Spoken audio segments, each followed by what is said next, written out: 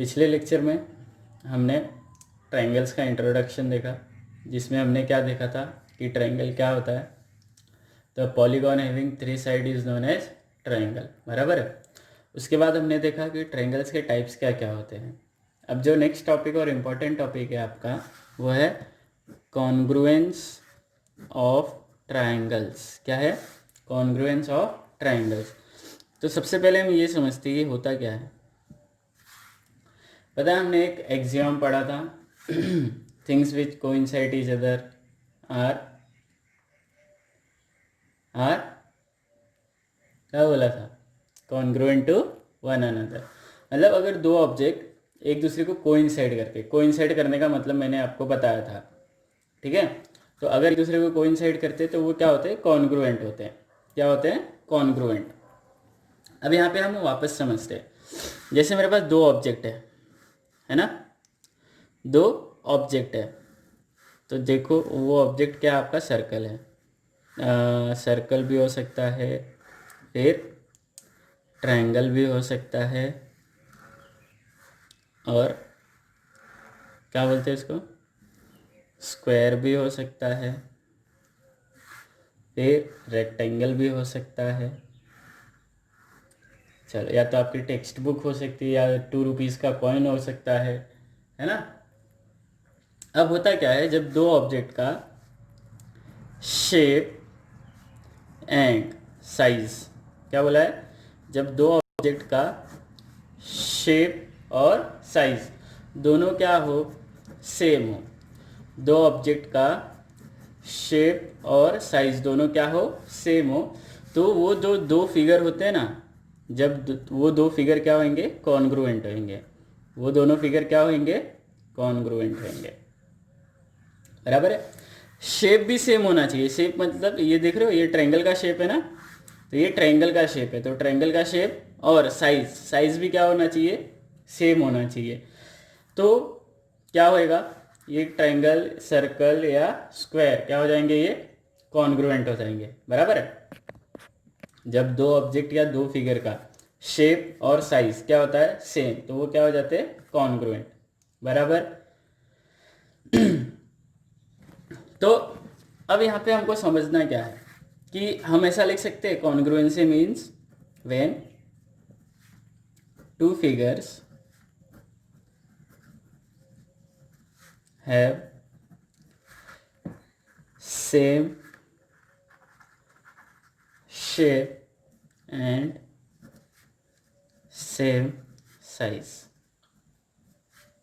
they are congruent। तो वो क्या हो जाएंगे? कॉन्ग्रुएंट हो जाएंगे। क्या हो जाएंगे? कॉन्ग्रुएंट। यहाँ पे क्या लिखा है? एंड बोला है ना। क्या बोला है? एंड मतलब दोनों कंपलसरी है। दोनों क्या है? कंपलसरी। लेकिन ये कौन सा है आपका? ट्रायंगल है ना, पॉलीगॉन। तो ट्रायंगल के लिए ये क्या है? एक्सेप्शन है। क्या है? एक्सेप्शन है, ठीक है। तो यहाँ पे अगर साइड सेम है, दो ट्रायंगल का साइड पूरा सेम है, तो भी क्या हो जाते हैं? वो कॉन्ग्रुएंट हो जाते हैं। अभी लास्ट लेक्चर में मैंने आपको बताया कि ट्रायंगल में टोटल कितने पार्ट होते हैं। ट्रायंगल में टोटल कितने पार्ट होते हैं? 6 पार्ट होते हैं। कितने? 6 पार्ट। कैसे? 3 साइड और 3 एंगल्स, है ना। 3 साइड और 3 एंगल्स, तो टोटल कितने पार्ट हो गए? 6 पार्ट। अभी यहाँ पे बोला है कि सेम शेप होना चाहिए, सेम साइज होना चाहिए, बराबर है। शेप और साइज सेम होना चाहिए। अब इसके बाद इसका मतलब क्या हो गया कि इसके जैसे अगर मैं ट्रायंगल की बात करता हूँ, किसकी बात कर रहा हूँ? ट्रायंगल की बात कर रहा हूँ। तो क्या होएगा यहाँ पे आपका? All corresponding angles, all corresponding angles and sides, all corresponding angles and sides should be equal, should be equal। यहाँ भी क्या लिखा है? एंड लिखा है ना। यहाँ भी क्या लिखा है? एंड। मतलब जितने भी एंगल्स है, जितने भी एंगल्स है और जितनी भी साइड्स है, सब क्या होनी चाहिए? इक्वल। तो यहाँ भी एंड आया ना, मतलब 3 साइड और 3 एंगल। जैसे मेरे पास 2 ट्रायंगल है, तो ये दोनों ट्रायंगल को कॉन्ग्रुएंट बताने के लिए मुझे हर बार 3 साइड और 3 एंगल देखना पड़ेगा। क्या? 3 साइड और 3 एंगल देखना पड़ेगा। अगर मुझे इन दोनों को कॉन्ग्रुएंट प्रूफ करना है तो 3 साइड और 3 एंगल देखना पड़ेगा। लेकिन हम क्या हैं, हम आलसी लोग हैं, तो हमने क्या बोला, सर हम हर बार ये 3 नहीं देखेंगे, हमको कुछ ऐसा शॉर्टकट बताओ। क्या बताओ? शॉर्टकट। तो उसके लिए ना हमारे पास क्राइटेरिया है। क्या है? क्राइटेरिया है। किसके लिए? Criteria of congruency. क्या है? क्राइटेरिया ऑफ कॉन्ग्रुएंसी, जिसको हम टेस्ट भी बोलते हैं, कॉन्ग्रुएंसी टेस्ट। ठीक है, तो हमारे पास कुछ क्राइटेरिया है, अगर ये फुलफिल हुई मतलब क्या होगा, ट्रायंगल्स आपके कॉन्ग्रुएंट हो जाएंगे। ये किसके लिए है? सिर्फ ट्रायंगल्स के लिए, बराबर है। कौन से फिगर्स के लिए? ये ट्रायंगल के लिए। तो हमारे पास है ना 1 2 3 4 5। कितनी क्राइटेरिया है कॉन्ग्रुएंसी की? 5। कितनी क्राइटेरिया है कॉन्ग्रुएंसी की? 5। लेकिन इस बार आपके सिलेबस में ये वाला नहीं है। कौन सा वाला? थर्ड वाला। थर्ड वाला आपके सिलेबस में नहीं है, मतलब हमको 1 2 3 4 ही पढ़ना है ना। अब सर हमको ये याद कैसे रहेगा? हमको ये याद कैसे रहेगा? तो यहाँ पे एस का मतलब होता है साइड, और ए का एंग मतलब क्या होएगा? एंगल। ठीक है, तो ध्यान से सुनना, ये पांचों याद करना है हमको। लेकिन इसमें से जो थर्ड वाला है ये आपके एग्जाम में नहीं आएगा, आउट ऑफ क्या है ये? सिलेबस। क्या? Out of syllabus. तो इसको हमने नहीं पढ़ना है, बराबर है, इसको हमने नहीं पढ़ना है। तो यहाँ पे देखो याद कैसे रखना है। क्या? सास को आस है, आशा आएगी, और सांप, क्या बोलेंगे इसको? सांप। सांप लेकर रहेगी। क्या? सास मतलब क्या हो गया? ऐसे एस ना, सास को आस है, सास को आस है, आस मतलब AAS। आशा आएगी, कौन आएगी? आशा आएगी। आशा मतलब ASA, जो कि आपको नहीं पढ़ना है इस बार, है ना। और सांप लेकर रहेगी, सांप लेकर रहेगी। सांप मतलब क्या हो गया? यहाँ पे SSS हो गया, और रहेगी का मतलब क्या हो गया आपका? RHS हो गया। क्या हो गया? RHS। तो सास को आ से आशा आएगी और सांप लेकर रहेगी, ये हमको याद रखना है। ये 5 क्राइटेरिया है, लेकिन इस बार आपके सिलेबस में क्या नहीं है? आशा नहीं है। आया समझ में? तो हमारे पास टोटल कितनी क्राइटेरिया है? 1 2 3 4 5। और ये सारी की सारी क्राइटेरिया किसके लिए है? Criteria of congruency for triangles, है ना। किसके लिए है? सिर्फ ट्रायंगल्स के लिए। ये बाकी पॉलीगॉन्स में एप्लीकेबल नहीं होएगा, क्योंकि ये क्या है? ट्रायंगल्स के लिए ये एक्सेप्शन है। नहीं तो हमको बाकी में क्या देखना पड़ता? एंगल और साइड दोनों देखना पड़ता। ठीक है, लेकिन ट्रायंगल्स में ऐसा नहीं है। यहाँ पे अगर मैं सिर्फ क्या देख रहा हूँ? साइड देख रहा हूँ, तो भी ये क्या हो जाते हैं? कॉन्ग्रुएंट। तो हमारे पास कॉन्ग्रुएंसी की कितनी क्राइटेरिया है? 5। 5 में से आपको तीसरा नहीं करना है। तीसरा मतलब आशा आपके सिलेबस में नहीं है। तो इससे आशा से रिलेटेड जितने भी क्वेश्चंस रहेंगे ना आपके टेक्स्ट बुक में, वो भी आपको सॉल्व नहीं करने हैं, क्योंकि वो एग्जाम पॉइंट ऑफ व्यू से इंपॉर्टेंट नहीं है, और वो एग्जाम में आएगा भी नहीं। आया समझ में? तो क्राइटेरिया कितने हमारे पास? 5। क्या? सास को आ से आशा आएगी और सांप लेकर रहेगी। आया समझ में? आया? सर नाम तो पता चल गया, लेकिन उसको बताओ तो, हमको पता कैसे चलेगा? तो सबसे पहली जो क्राइटेरिया है हमारी, वो कौन सी है? सास। कौन सी है? सास, सास मतलब साइड एंगल साइड, क्या है, साइड एंगल साइड। तो मेरे पास दो ट्रायंगल है यहाँ पे,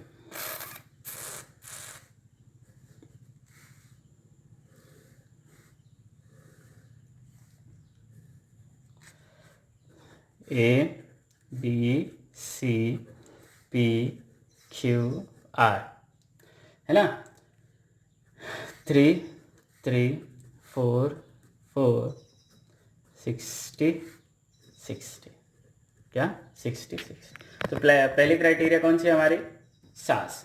अब ये जो दो ट्रायंगल है, ये दोनों ट्रायंगल को हमको क्या बताना है कि ये सास से क्या है, कॉन्ग्रुएंट है।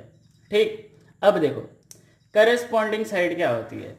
जैसे मेरे पास ट्रायंगल है ए बी सी और दूसरा ट्रायंगल है मेरे पास पी क्यू आर, तो इनकी जो करस्पॉन्डिंग साइड्स है वो भी क्या होनी चाहिए, इक्वल। क्राइटेरिया क्या है, कॉन्ग्रुएंट होने के लिए, कॉन्ग्रुएंट होने के लिए जो क्राइटेरिया है वो क्या है, देखो यहाँ पे corresponding sides, corresponding sides and corresponding angles, corresponding angles should be equal, should be equal. तो ये आपने 8th में पढ़ा रहेगा, ये आपने 8th में पढ़ा रहेगा कि करस्पॉन्डिंग साइड्स और करस्पॉन्डिंग एंगल्स क्या होते हैं।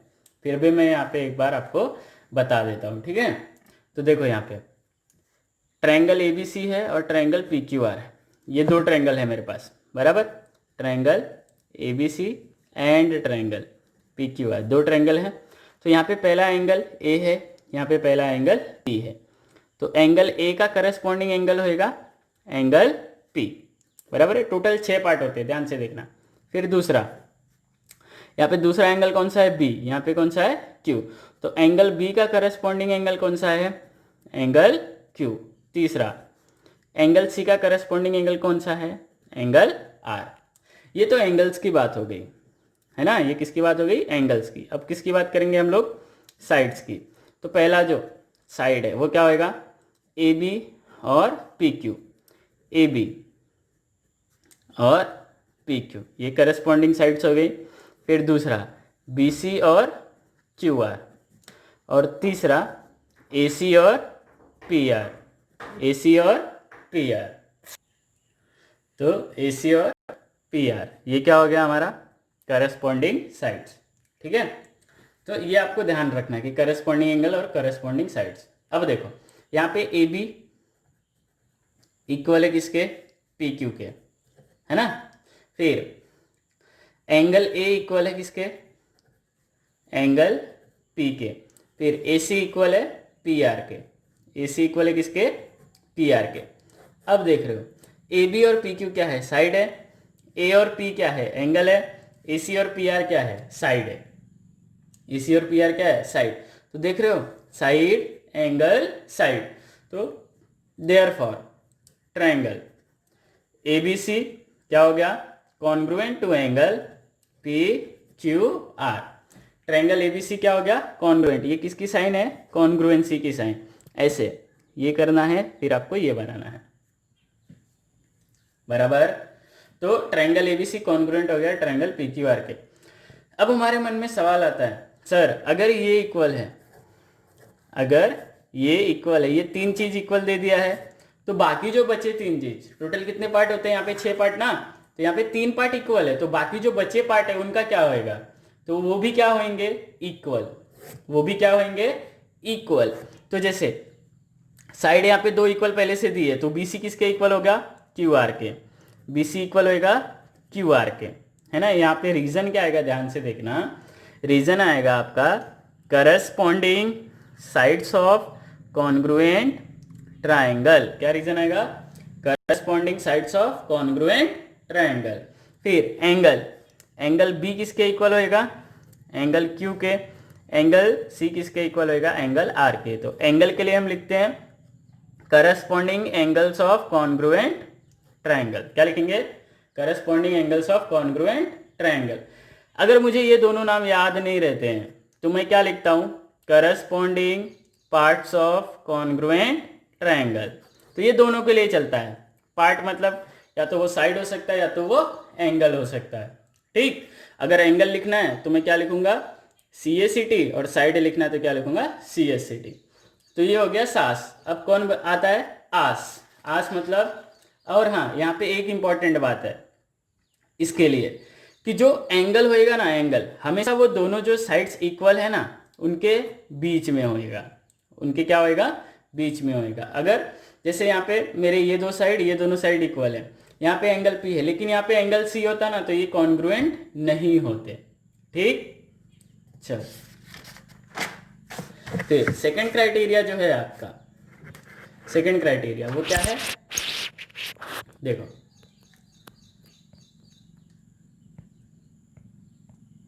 सेकंड क्राइटेरिया हमारा वो है आस। आस मतलब एंगल एंगल साइड। क्या है, एंगल एंगल साइड। ये आस को हम SAA भी बोलते हैं, सा भी बोलते हैं, है ना। तो हम क्या लिखेंगे, हम आस लिखेंगे, और अगर आप सा लिखते हो तो भी ये करेक्ट है। ठीक है, तो देखो यहाँ पे दो ट्रायंगल है मेरे पास, वापस से ABC और PQR, ABC और PQR। तो ये आपका 70 डिग्री है, ये 60 डिग्री है, ये 70 डिग्री है, ये 60 डिग्री है, और ये 5 है, ये भी कितना है, 5। तो एंगल A किसके इक्वल है, एंगल P के। एंगल B किसके इक्वल है, एंगल Q के। उसके बाद AC इक्वल है किसके, PR के, है ना। ये दिख रहा है ना हमको। तो ये क्या है, आपका एंगल है, ये भी आपका एंगल है, और ये साइड है। तो कौन सी क्राइटेरिया आ रही है, देखो यहाँ पे आस ना, कौन सी क्राइटेरिया आ रही है, आस। तो therefore triangle ABC congruent to triangle PQR। अब टोटल कितने पार्ट होते हैं हमारे पास, 6। 3 इक्वल हो गए, तो बाकी 3 भी क्या होंगे, इक्वल। तो यहाँ पे एंगल एक ही बचा है ना, एंगल C और एंगल R। तो एंगल C कॉन्ग्रुएंट होएगा एंगल R के। क्या रीजन आएगा बोलो, एंगल है ना, corresponding angle of congruent triangle. अब यहाँ पे एक ही साइड इक्वल है, तो बाकी जो दो साइड बची है वो भी क्या होंगी, इक्वल। AB किसके इक्वल होएगा, PQ के। BC किसके इक्वल होएगा, QR के। इसको हम क्या लिखेंगे, corresponding sides of congruent triangle, corresponding sides of congruent triangle. यहां तक इजी है। अब यहाँ पे आशा तो है नहीं हमारे को, सिलेबस में आशा नहीं है तो इसको नहीं पढ़ना है। फिर क्या आएगा, ट्रिपल S मतलब सांप, है ना। तो इसको 4th लिखेंगे क्योंकि 3rd सिलेबस में नहीं है। क्या, ट्रिपल S। क्या होगा, साइड साइड साइड। जैसे एम्बुलेंस आती है तो सबको क्या करते हैं हम लोग, साइड साइड साइड साइड, है ना। तो वैसे ही क्या है, साइड साइड साइड। यहाँ पे आपको देखने में पता चल जा रहा है कि जब भी ये क्राइटेरिया आएगी, जब भी ये क्राइटेरिया आएगी तो यहाँ पे एंगल का इन्वॉल्वमेंट नहीं होएगा, है ना, एंगल का इन्वॉल्वमेंट नहीं होएगा। ठीक, 3 4 5, 3 4 5। AB किसके इक्वल है, PQ के। BC किसके इक्वल है, QR के। AC किसके इक्वल है, PR के, है ना। तो देखो क्या है, साइड साइड साइड। तो triangle ABC congruent to triangle PQR। कौन सी कॉन्ग्रुएंसी आएगी, ट्रिपल S कॉन्ग्रुएंसी। अब यहाँ पे भी यहाँ पे भी क्या हो रहा है, देखो यहाँ पे 3 साइड इक्वल है। क्या इक्वल है, 3 साइड इक्वल है। तो अब क्या करना है हमने, तो 3 साइड इक्वल हो गए तो बाकी जो 3 एंगल है वो भी क्या होंगे, इक्वल। तो angle A is equal to angle P, angle B is equal to angle Q, angle C is equal to angle R। इसको क्या लिखेंगे हम लोग, corresponding angles of congruent triangle. क्या लिखेंगे, corresponding angles of congruent triangle, बराबर है।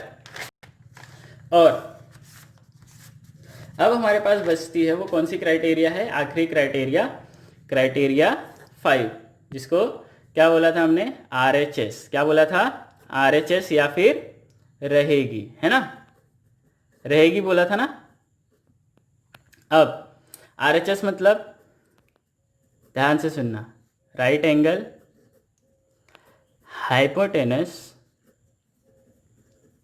Side, क्या बोला है, right angle hypotenuse side, right angle होना चाहिए हाइपोटेनस और साइड। ध्यान से देखो कैसे, मतलब राइट एंगल बोला मतलब वो ट्रायंगल कौन सा एंगल ट्रायंगल होएगा, राइट एंगल ट्रायंगल ना, ये कौन से ट्रायंगल में यूज होएगा, राइट एंगल ट्रायंगल में। अब इसको देखेंगे हम लोग अप्लाई कैसे करेंगे, A B C P Q R, A B C और पी क्यू आर। तो देखो ये 90 डिग्री है, मतलब एंगल बी इक्वल होएगा किसके, एंगल क्यू के। तो जो पहला हमारा क्राइटेरिया है राइट एंगल, वो है क्या बोले, ईच 90 डिग्री, क्या हो गया, ईच 90 डिग्री। फिर ये 5 है, ये भी कितना है 5, तो A C is equal to P R. ये क्या है, यहाँ पे देखो राइट एंगल होना चाहिए, फिर हाइपोटेनस जो है ना वो क्या होना चाहिए, इक्वल। हाइपोटेनस 90 के अपोजिट में जो साइड बनती है वो क्या होती है, हाइपोटेनस। तो यहाँ पे ये भी क्या हो गया, इक्वल। फिर ये 4 है, ये 4 है, बी सी इक्वल है किसके, क्यू आर के, है ना। ये क्या हो गया आपके लिए, साइड, ये हाइपोटेनस है ना, और ये क्या है, साइड। तो राइट एंगल हाइपोटेनस साइड, तो therefore triangle A B C congruent to triangle P Q R. कौन सी congruency, R H S congruency. आया समझ में। तो बाकी जो पार्ट्स है वो भी क्या होंगे, इक्वल। तो ए बी किसके इक्वल होएगा, पी क्यू के। क्या लिखोगे, corresponding sides of congruent triangle. फिर एंगल पी किसके इक्वल होएगा, एंगल ए किसके इक्वल होएगा, एंगल पी के। और एंगल सी किसके इक्वल होएगा, एंगल आर के। ये दोनों के लिए हम क्या लिखेंगे, corresponding angle of congruent triangle. आया समझ में। तो ये हमारे पास टोटल कितनी क्राइटेरिया है, 5, लेकिन उसमें से थर्ड वाली जो क्राइटेरिया है वो हमको नहीं पढ़ना है, बराबर। और आपको कोई भी डाउट है तो आप पूछ सकते हो। तो नेक्स्ट लेक्चर से हम लोग क्या करेंगे, एक्सरसाइज सॉल्व करेंगे, ठीक है।